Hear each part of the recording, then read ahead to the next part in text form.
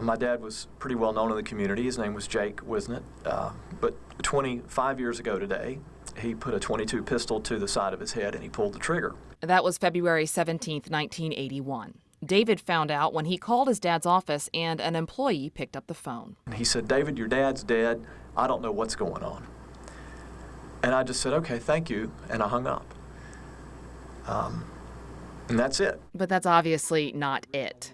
David has never talked publicly about his dad killing himself. He says for this 25-year mile marker, God called him to write about it.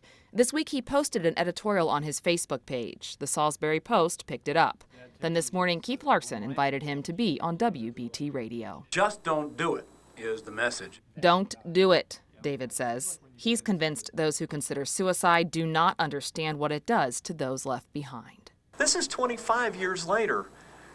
If my dad had known that 25 years later I'd still be struggling with this issue the way that I am today, maybe that thought would have helped. There's no clear explanation as to what demons possessed David's father that morning. He did leave an incomplete note. One of the things in the note said something, to paraphrase, the only time I'm happy is when David comes by here.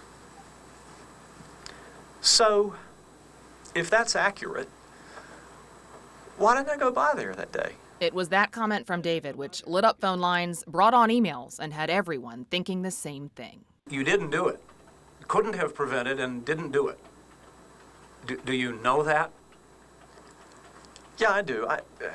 I guess intellectually I know that, but I think emotionally there's still a part of me that, and this maybe resonates with everyone who's been through this, that if I had just been there at that moment, if I had just done this, if I had just taken this one further action, maybe that would have changed things. By the end of the hour, David's mindset had shifted, and he re-emphasized his reason for coming forward. It's not my fault that my father did that. Maybe I couldn't have prevented it.